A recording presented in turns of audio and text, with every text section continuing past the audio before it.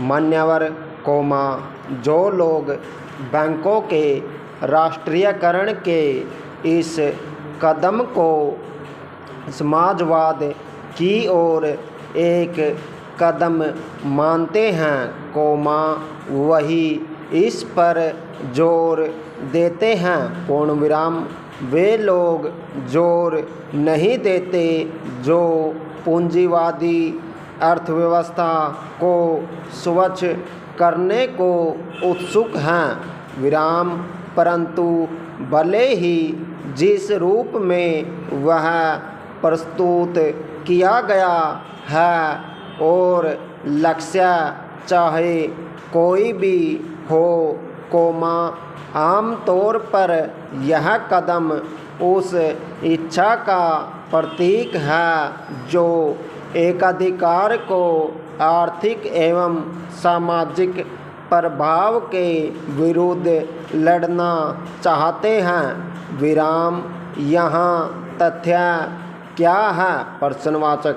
निसंदेह, चंद एक बैंक देश की अधिकांश निजी पूंजी के अधिकार में हैं, इनकी कुल जमा पूंजी के अनुपात में अदा किया गया मूलधन तथा रिजर्व बहुत ही कम है, यानी बड़े बैंकों में 2% से भी कम इन बैंकों के शेयरों का अधिकांश भाग कई लोगों के हाथों में बिखरा हुआ है, जिसमें से प्रत्येक व्यक्ति अपेक्षाकृत कम पूंजी रखता है।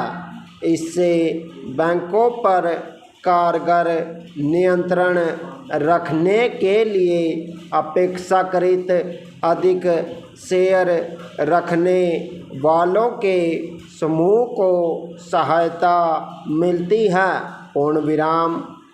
यह देखा गया है कि जिनका नियंत्रण बैंकों पर है उन्हीं का संबंध उद्योगों तथा व्यवसाय से होता है। कुछ एक तो इस तरह बड़े व्यावसायिक घराने बन बैठते हैं, ये घराने फिर बैंकों से बड़े बड़े ऋण ले लेते हैं जो आर्थिक तथा सामाजिक दृष्टि से हितकर नहीं होता। जाहिर है कि इस तरह के ऋण कम शेयर मालिकों के व्यापक हितों के विरुद्ध जाता है। राष्ट्रीयकरण इस त्रुटि को दूर करने का प्रयास करता है। ये तथ्य ही ऐसे हैं जिन्हें चुनौती नहीं दी जा सकती।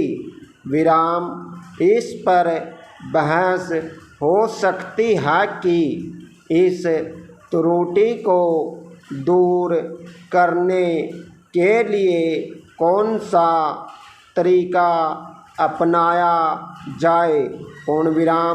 सरकार के विचार में इस त्रुटि को तभी दूर किया जा सकता है जबकि सरकारी रिजर्व बैंक के हाथ में अधिक नियंत्रण शक्ति हो, और इन बैंकों के निदेशकों की समिति में कुछ सदस्य सरकार की ओर से नियुक्त किए गए हों।